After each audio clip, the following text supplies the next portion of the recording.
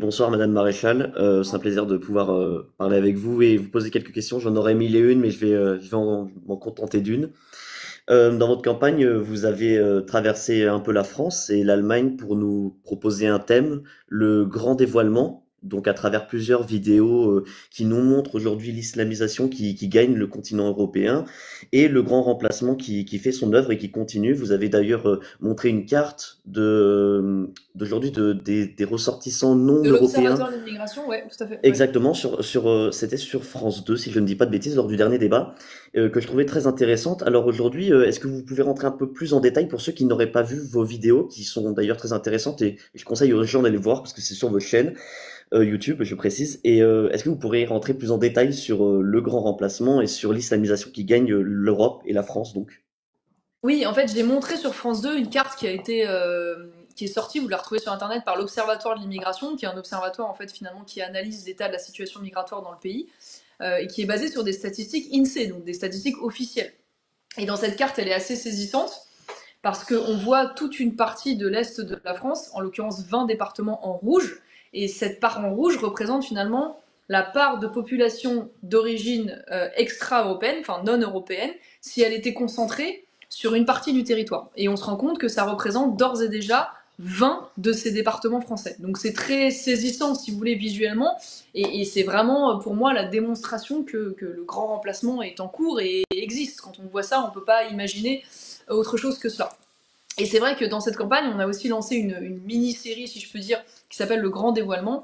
Et l'idée, c'était de dénoncer, dans différents pays européens et en France, l'état d'avancée de l'islamisation du pays. Et j'ai bien l'islamisation parce qu'il ne s'agit pas seulement de l'islamisme, c'est-à-dire qu'il ne s'agit pas seulement de traiter la partie du fondamentalisme terroriste, voilà. Il s'agit aussi de dire que l'islamisation, et donc l'avancée même de l'islam sur le sol français, est une menace pour notre identité, notre culture et notre mode de vie.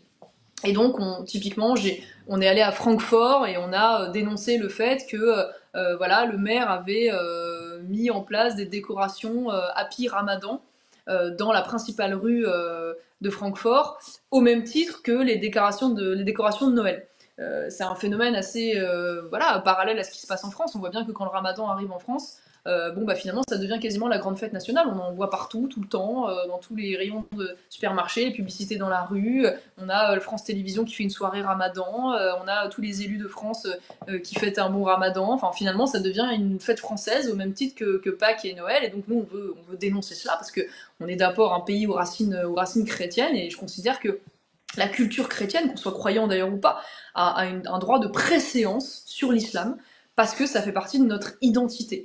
Voilà, et donc on ne peut pas avoir aujourd'hui le même rapport à une religion d'importation qui est arrivée récemment sur le territoire français par rapport à la religion historique et culturelle de la France qui nous a façonné nos paysages, notre architecture, nos valeurs, nos modes de vie, enfin bref, j'en passe. Et donc un autre exemple de ce grand dévoilement, on est allé, ça c'est une histoire hallucinante, chaque fois que j'en ai parlé à des journalistes, ils le découvraient.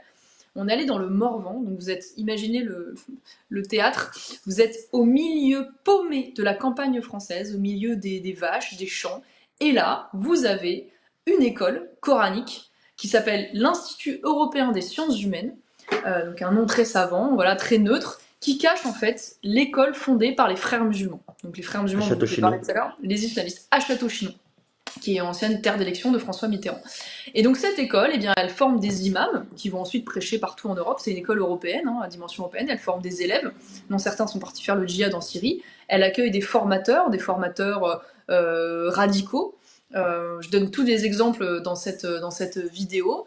Et aujourd'hui, cette école, voilà, elle est ouverte, il n'y a pas de problème, et elle exerce. Donc ça, c'est un des exemples, si vous voulez. Mais elle est financée comment, cette école, Alors, Marianne? il y a eu des enquêtes qui ont été faites, notamment dans un ouvrage qui s'appelle Qatar Papers de mémoire. Elle a été financée notamment au départ par le Qatar et l'Arabie Saoudite. Évidemment, je ne vais pas vous surprendre, hein. Qatar étant voilà, le grand protecteur des frères musulmans.